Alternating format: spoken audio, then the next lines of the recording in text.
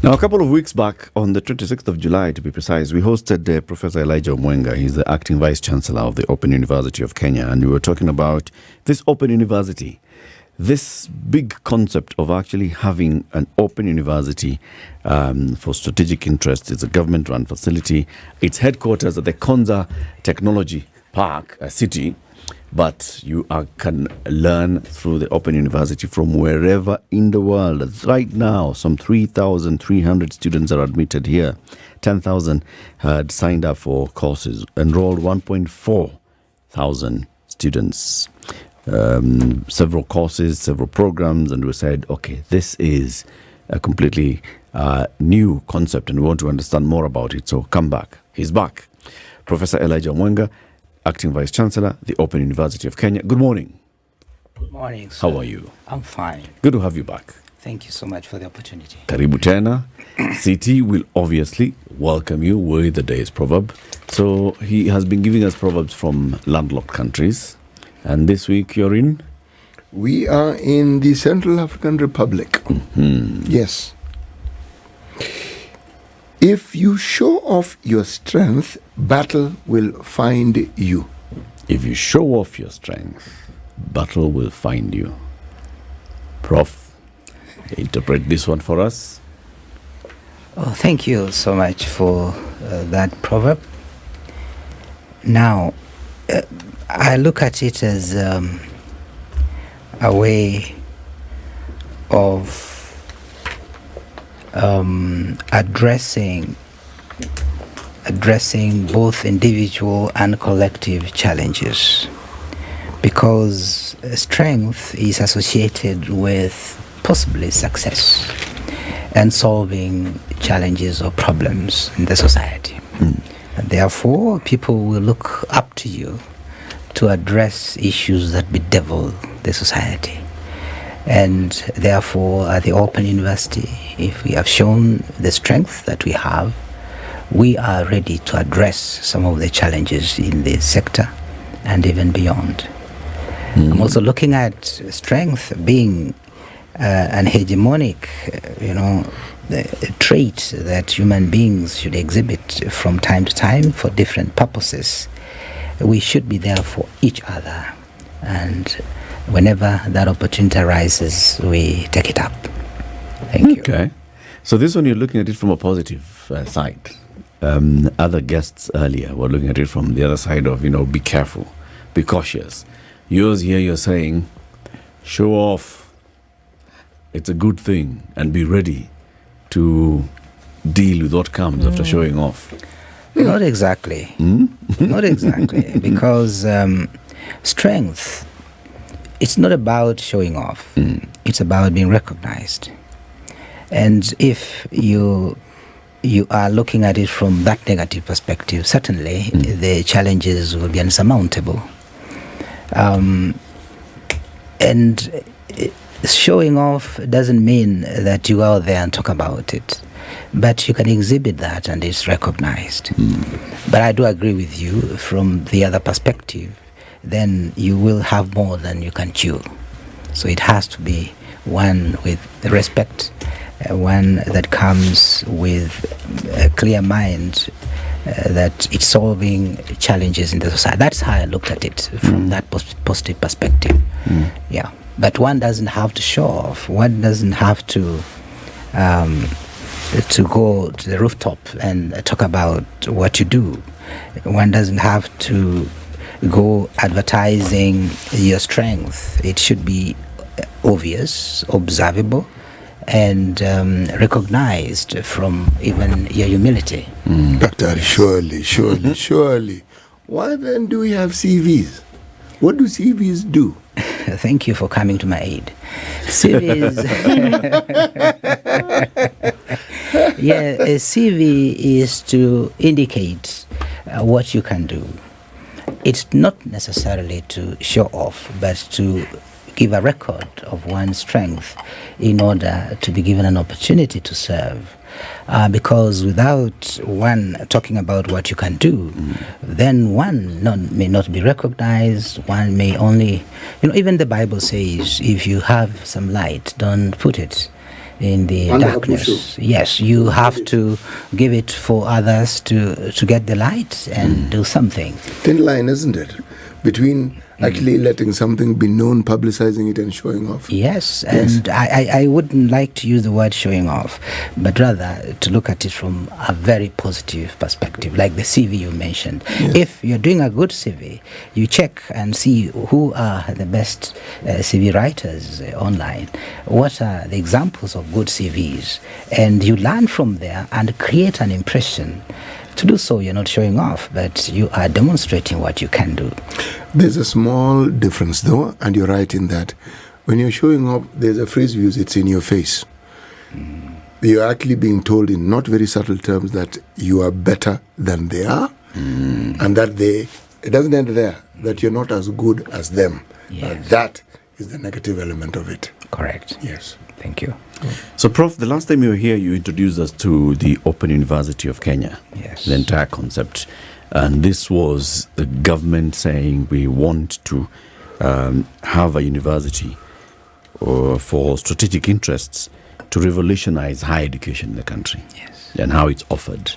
And so it was chartered last year by the Commission for University Education. And you have programs that are running.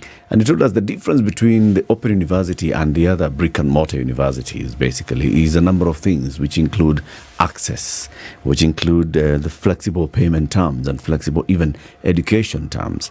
It includes the mode of payment, affordability, and quality of education that is offered and how it's being offered. And we're like, this actually just sounds all that different. When we were finishing, you were telling us the kind of programs that you have at the Open University, both from diploma going all the way to undergrad, and some that you're doing postgraduate courses as well. So there are people who may not have heard all that. Yes. Okay? So just give a 1-minute introduction of the Open University and the distinction between Open University and the other universities that we know, public and private. Thank you, Eric, for the question. The Open University of Kenya is founded on 5 key principles, which I mentioned last time I was here, and I like to highlight them. And those 5 principles make it a very distinctive institution from others. The first, as I mentioned, is the element of inclusivity. We are an inclusive university because we recognize prior learning, a learning which has occurred since one acquired a certificate that did not meet the mark for joining a university is recognized. We use several criteria to admit students, and hence that inclusive approach. We realize that not very many people had a chance to acquire higher education early in their lives, and now a time comes when they need that opportunity. The second is the element of flexibility. The university is flexible in terms of time, place, and pace of learning. We use technology, and hence the third principle of access, to enable all that to happen. We have assembled some of the best technologies in the world to ensure that our programs, which are curated with the help of experts, are available, and have encapsulated the great minds of the professors who have developed them, and students can access them at their own pace, at their own time. And the fourth is the element of affordability. Because of the costs of running our programs that is not that high going into the future, we are an affordable university. Initially, we are being supported by the government, but over time, we'll be able to stand on our own. We charge about 1/3 of the conventional fees that most universities charge. And the fifth, we are a university that has embraced quality and equity, in the sense that we put in place all the mechanisms necessary for us to deliver quality graduates. Those are the 5 distinctive features, but then we also distinguish ourselves from the rest in terms of the methods that we are using to deliver. We are embracing problem-based learning. where students are able to gain knowledge through problems that are given to them, through discussion forums which are online, virtual environments which have been developed, and students immerse themselves into those environments in order to learn from the knowledge that we have curated and also from each other. And in the same vein, we are embracing new techniques of delivery, which we call the flipped classroom approach, where it is student-centered approach in terms of delivery and giving students an opportunity to excel. We are also using technology to deliver repetitive aspects which are required to enhance learning. And that's where simulation and other models have been infused into the programs that we have developed. We are using virtual laboratories and other assets to deliver. And all these things make us a very unique university because of the need to massify or massificate education, as it were. On the issue of flexibility, when you say, I mean, it's about time, place, and pace of learning. Conventionally, semesters begin on a certain date, they end on a certain date. Mm-hmm. You have classes that are then clearly set out throughout the semester. If you miss out on some classes, it's upon you to catch up, because tunasonga. So how different is it then with the Open University of Kenya in terms of flexibility? So I for some reason, I was out of network. I had to go to work in remote places, or I was unwell, and the semester is ongoing, because I think the Open University still has open and end dates of semesters, right? Well, so where's the flexibility coming in? Thank you for the question. Yes, the delivery here is asynchronous.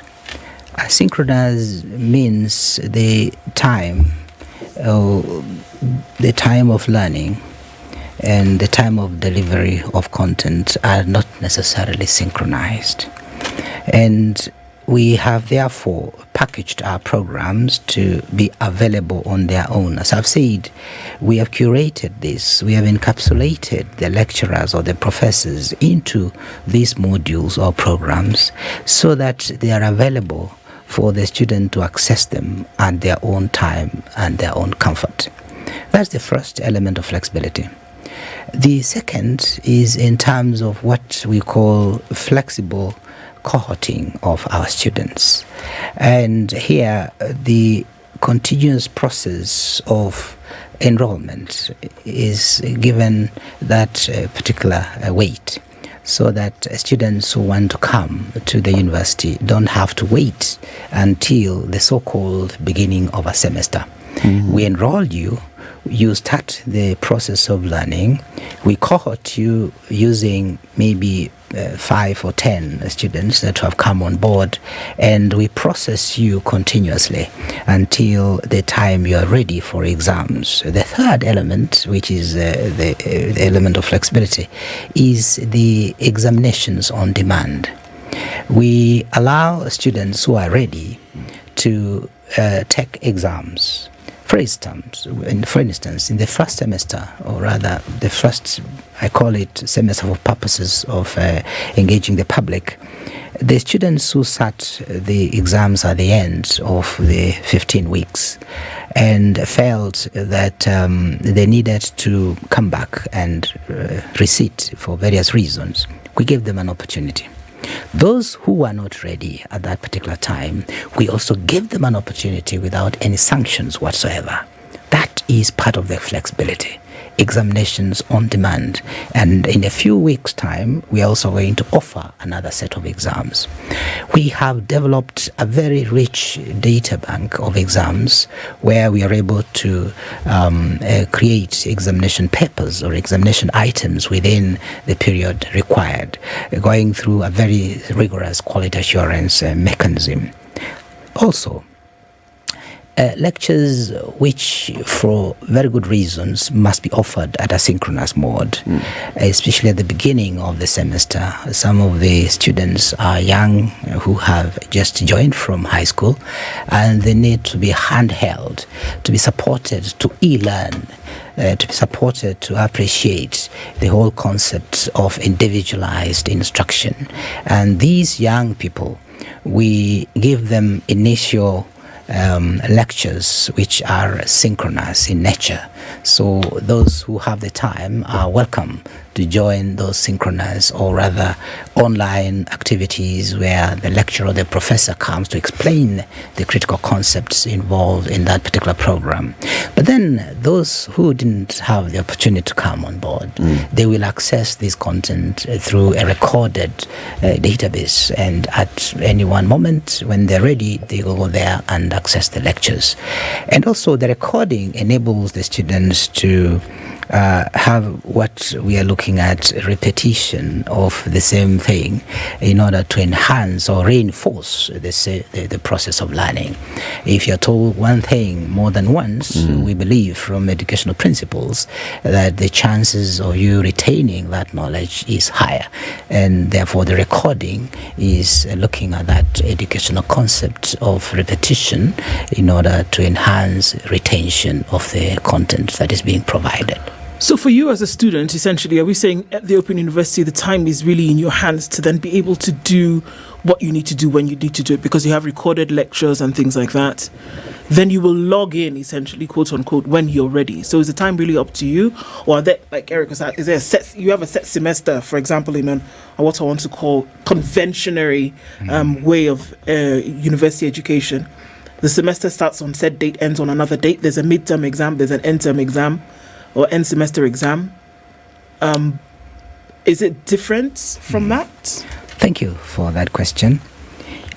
Yes, for purposes of managing the university processes, which are pegged on certain beginnings and ends of various things, we have used the word semester loosely. But as I've said, yes, the students' time is in their hands, and they can join at any one moment. They are ready and go through the materials at their own pace. And when they catch up, you see, it's about skills that we are offering, and measurements are done, both summative and formative evaluation. Formative evaluation is included in the process of coverage of content over that so-called semester. And then summative is at the end, where examination is given. So I want to agree with you, Madam, that we are using that concept of semester in a very loose sense.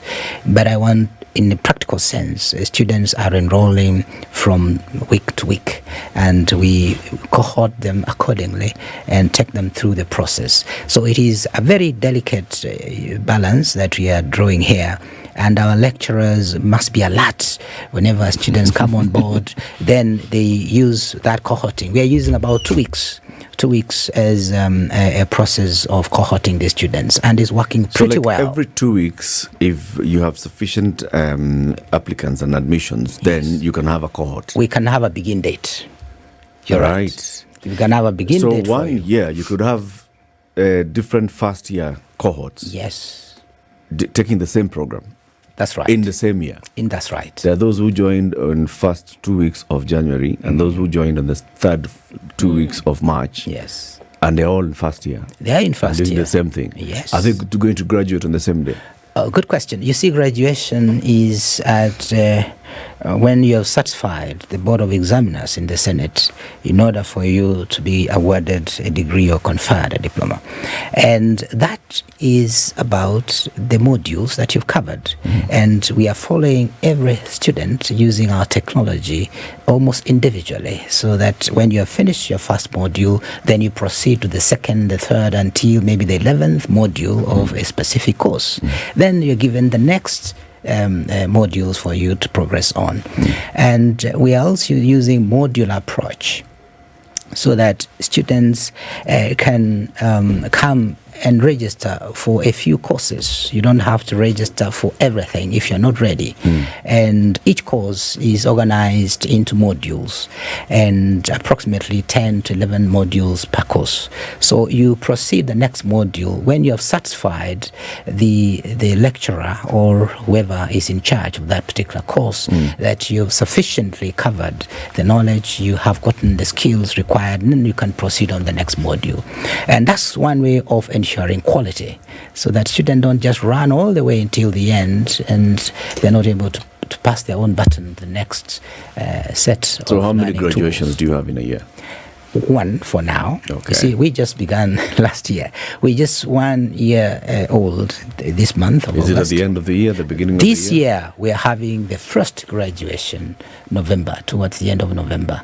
We're having the first graduation for the postgraduate diploma programs, because they're 1 year. Postgraduate diploma in learning design and technology, and postgraduate diploma in leadership and integrity. But it will only be conferred to those that are finished. Yes, only those who are good. Thank you. There's a cohort that started at some point Yes. 2 years ago or 3 years Yes. ago that has not yet finished. Yes. But the people who joined in the same year are graduating. Correct. Aye. That is the beauty of the Open University. Meaning you decide when you want to graduate. Exactly. And that is decided based on the pace that you're covering, the knowledge. But surely there must be a limit. You can't do it for the next 20 years. We, yes. Yeah, open universities all over the world give that flexibility. And we say you can do a program at your own pace, and we are capping it for now about 8 semesters. 8 semesters, that's four, loosely speaking, so that in 4 years you're able to graduate. But you multiply that by 2. So one can be within the university for 8 years doing the same program. Even after the 8 years, we still allow you to continue. That is the flexibility we are talking about. As long as you are able to inform us that you're dropping out, we call it drop out, drop in, or open the door, get out, and open the door, come in. Okay, and we are saying we are less on touch and heavy on technology. The future of learning is here, and that's why we have Prophet Elijah, Professor Elijah Omwenga, the acting vice chancellor of. They also call me Prophet. They also call you Prophet Elijah. Prophet. The Prophet. The acting vice chancellor of the Open University of Kenya. He's here with us. As we're going to the break, he talked about less on touch, more on technology. What does that mean? Thank you. We are saying here the individualized learning methods that we have put in place, they are automatically bringing about the less on touch concept. Touch from the perspective of the lecturer or the teacher and the student. That one-on-one engagement that happens from time to time in a classical classroom approach. Then heavy on technology, because the students must have their devices to access the programs. We are using technology to assess the process of learning. We are using technology to gauge the mastery of concepts at the end of the semester or at the end of the program coverage. We are also using technology to manage our student progress as well as quality assurance. And besides, we are using technology on various administrative aspects which are critical in managing a university. So that's what that concept means, less on touch and heavy on technology, which is really the direction that the world is moving. Then that means that when you say heavy on technology, it means that you must be somewhere where you can access technology. Yes. If you don't have the gadgets, if you don't have access to the internet, then Open University of Kenya is not for you. Good. That's the point, really, in the sense that we are looking at the marginalized people in our country and elsewhere where we have registered students from, and trying to enable these students to come on board. A student who has registered to do a program at the Open University has shown that interest and enthusiasm. And if the student is coming from an area where the internet availability is not so good, what are we doing to enable the student?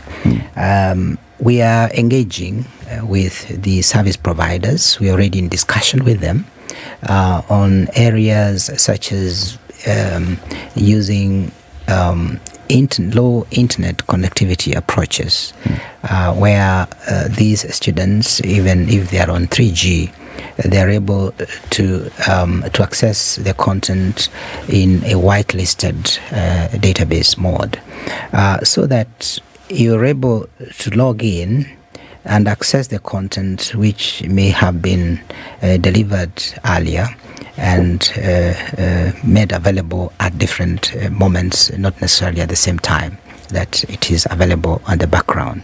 So that is whitelisting approach. That gives a lot of flexibility to the students wherever they are, so that you don't have to use your bundles for you to access certain databases which belong to the Open University. You access without any bundles being charged on you. So that's the discussion we are talking about, whitelisting. So long as you have a 3G connection, you can access the content without using bundles. That is the real discussion. Right. Yeah. It's called whitelisting. Whitelisting here means the Open University database, which is hosting the programs, once it is available on the internet or on the cloud, and a student has a 3G connection or a 4G now is hegemonic in the country, and you're accessing those materials on the Open University of Kenya website, you are not charged any bundles. That is the discussion. So the university is paying the service provider?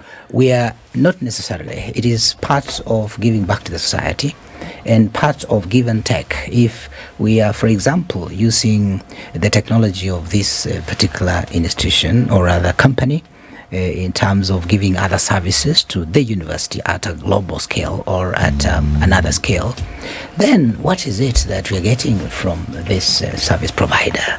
Can you give us a whitelisting concept here implemented for our students? That is a big concept, and we are following very, very closely, and we hope we'll get somewhere. Secondly, we are engaging other institutions. We are at discussion stage, such as Kenya Education Network, to provide as EduRoam. EduRoam is a widely accepted method of accessing content without necessarily looking for a service provider wherever you are that you are charged. And that discussion is also beginning. Very soon we'll take it to a level where we are signing an MOU with that institution. Third, we are engaging in re-looking at our content so that we design it for assistive purposes. Assistive here means students who are challenged in one way or another. Either they are blind or they have issues with accessing their various devices, so that as an inclusive university, we are giving the students the lease of life to access content and to access programs. That is also one of the distinctive features of the Open University. Assistive technologies which are quite heavy in terms of investment.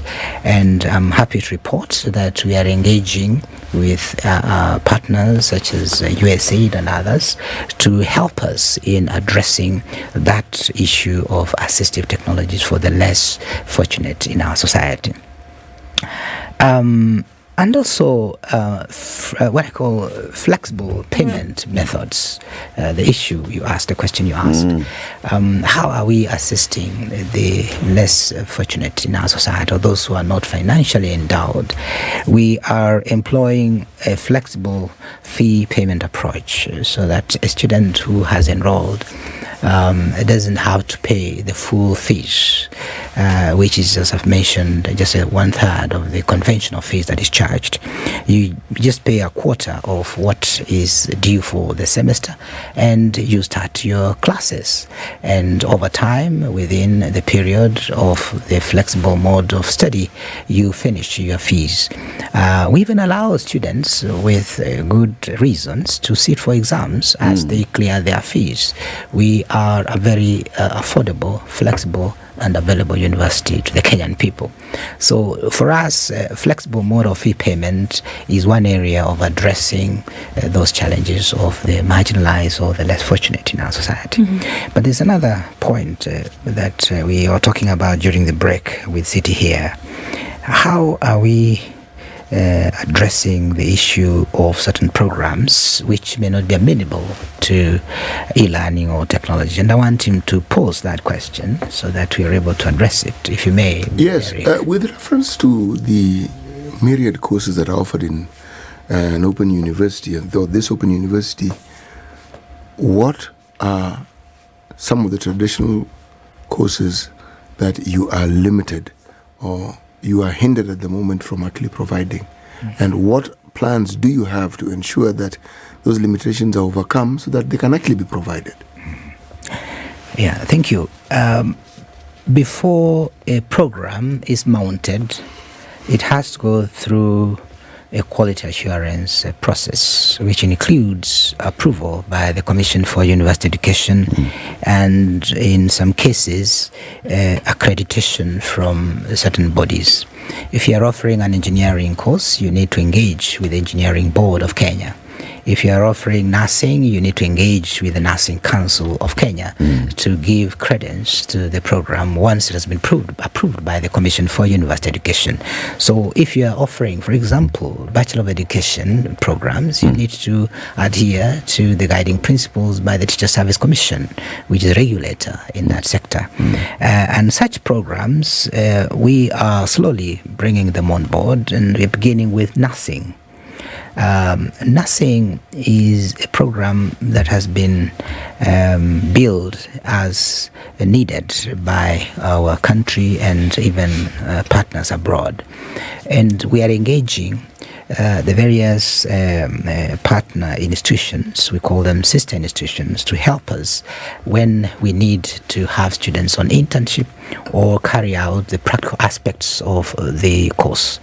And that, to us, is one way of enriching our capabilities as an open university and scaling up to utilize resources of other institutions, one way of co-sharing of resources.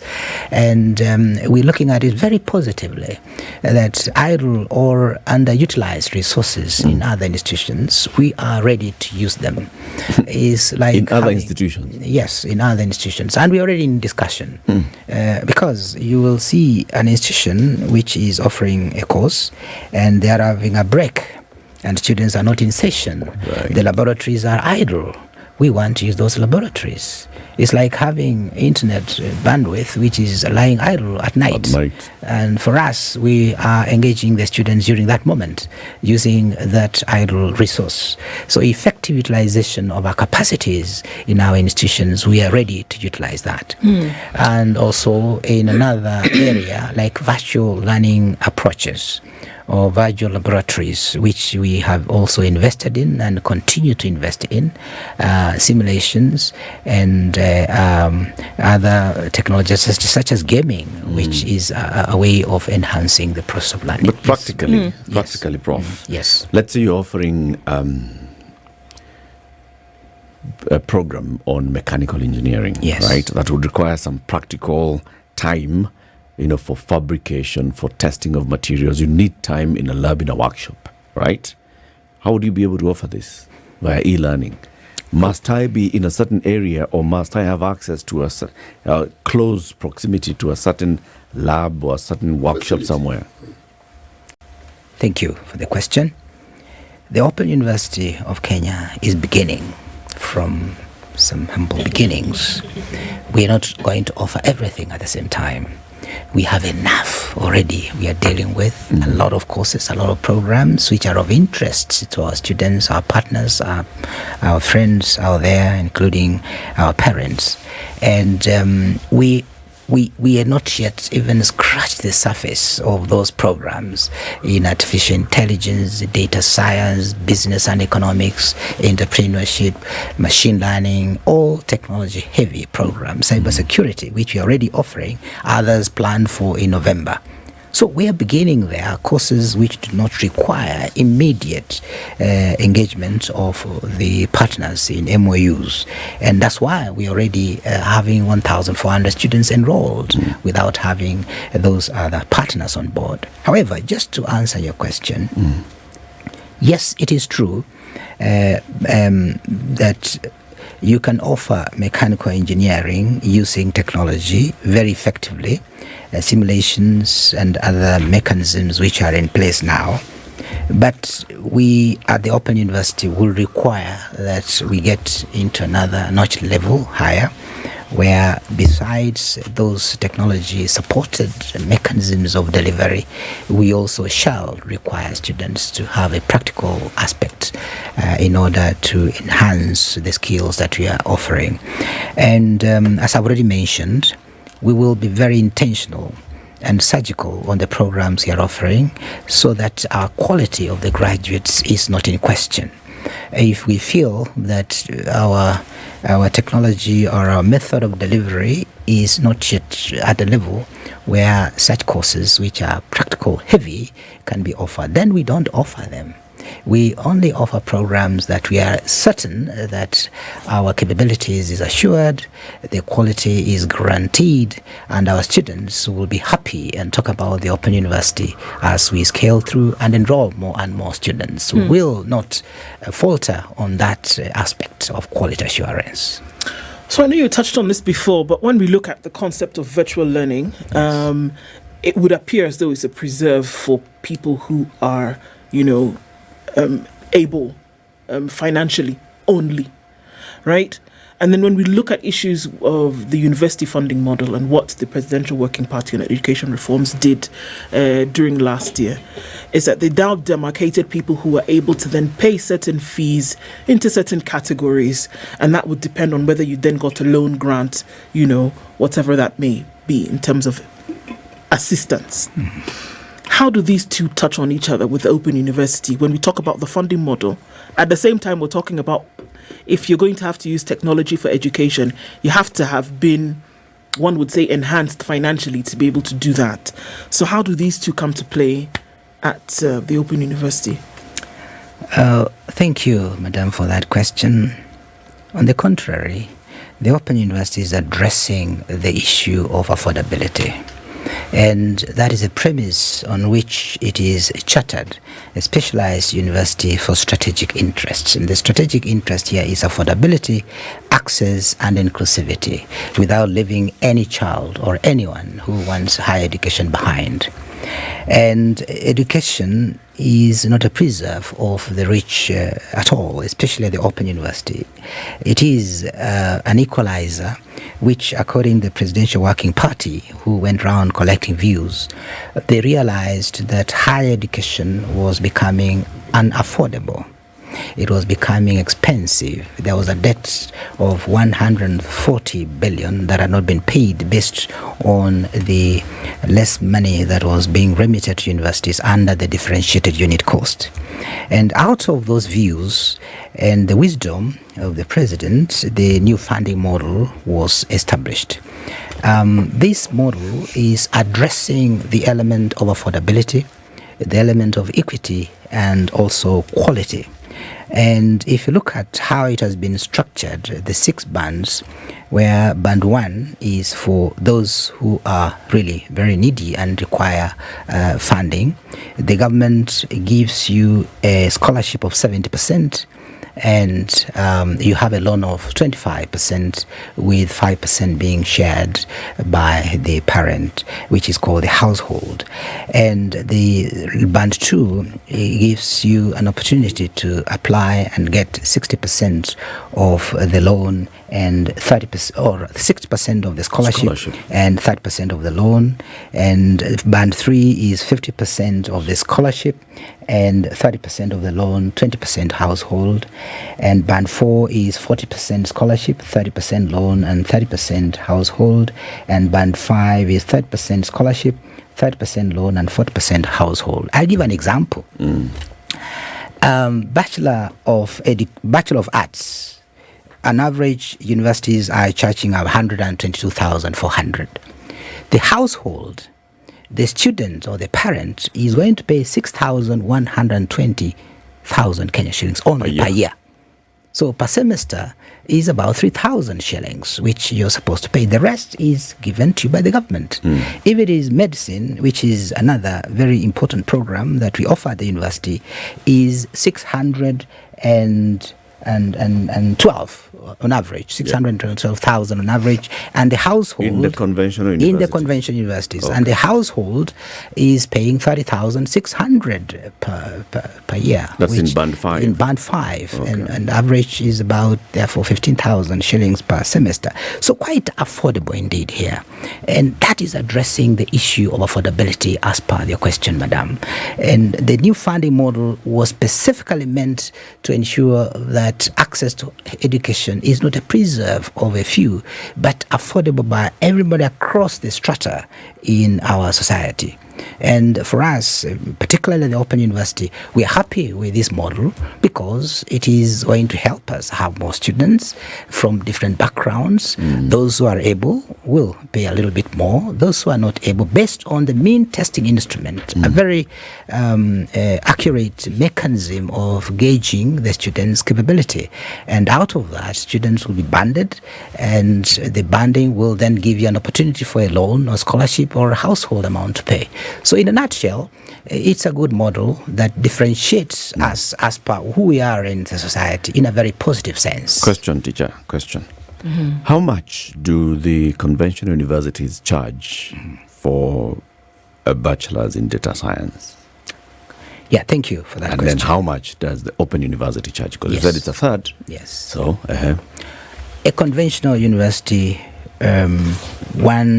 most universities are charging between 300,000 to 400,000. So if I may take 300,000, we are charging 105,000, which is exactly one third. Okay. 300,000 per year. Per year. So, and with that, I can still access the university's fund scholarship. Yes. And Higher Education Loans Board loan. Yes. To access this. Yes. So, I end up just having to pay 2K. Absolutely. Like the Open University students, we have, as I've said, 7 criteria of admission. The first criteria is if you have a C+, like any other student, then you're welcome to join the Open University. And here you access the loan and the scholarship directly, plus the upkeep, like any other student. And we have a few of these students here. And also, if you are from an environment where you're coming based on prior learning, mature students, and you have been working and we are admitting you based on that 6th criteria, you can still apply for a scholarship, and once you are assessed, you'll have access to that capability. Okay. Yes. Now, somebody's asking that question. There are very many universities that are abroad and students are accessing them. Online learning, online university programs. You do some virtual learning, and then there's a requirement that for some time you must be there in person, right? So how different is that from the Open University? Well, Open universities, the world over, do not necessarily require you to be residential. You can do your course or your program without visiting a physical campus for the entire period, except when you're going to graduate, if the graduation is physical, or if the Vice Chancellor so finds it fit to hold yearly kamkunjis for these students, either physically or even virtually.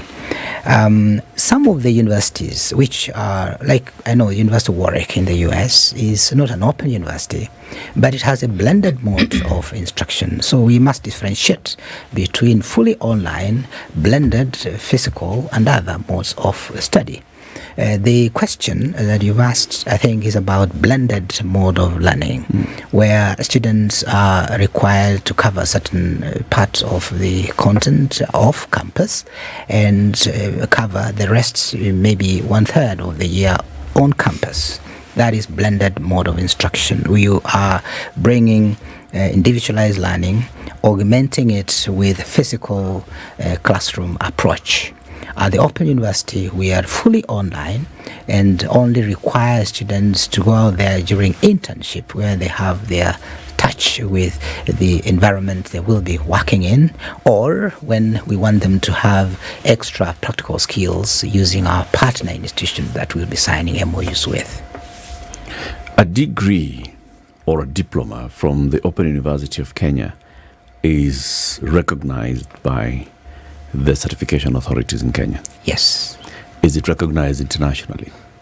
That is the objective eventually. Right now, yes, it is. The Open University has been chartered by the Republic of Kenya under Section 24(1)(b) of the Universities Act as a specialized institution, and it is fully recognized in the world. It's an international university. In fact, we have students from 18 different countries who have enrolled.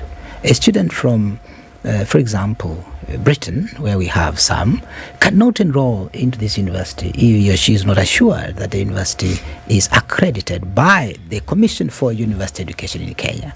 I can say with certainty the Open University is accredited by the government of this republic and recognized by other institutions and other territories across the world, like any other university in this country.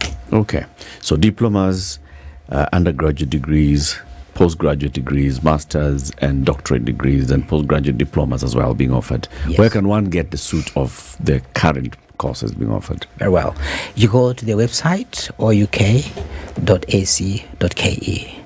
ouk.ac.ke. You don't do anything, just type ouk.ac.ke. That's the URL or the universal resource locator that you can use from your phone, from your device, and right there you are on the website. And all the programs are there, ranging from technology-based, business, leadership, and accountability, which is a very popular program, mathematical analytics, which is being offered as from November this year, and a range of several other programs. Latif, let me mention that we started with 7 programs.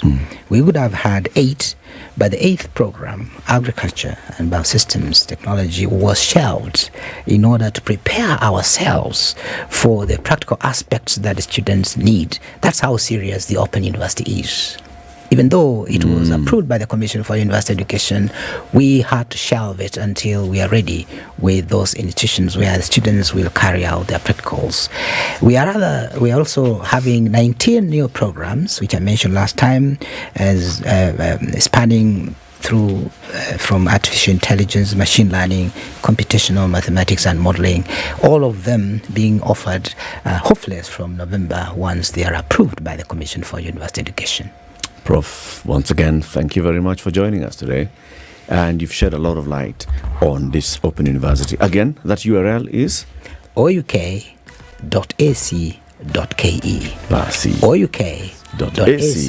ouk.ac.ke. ouk.ac.ke. Professor Elijah Omwenga, Acting Vice Chancellor at the Open University of Kenya. He's been our guest. Thank you for tuning in to the Situation Room today. This is the Situation Room, the only way to start your day.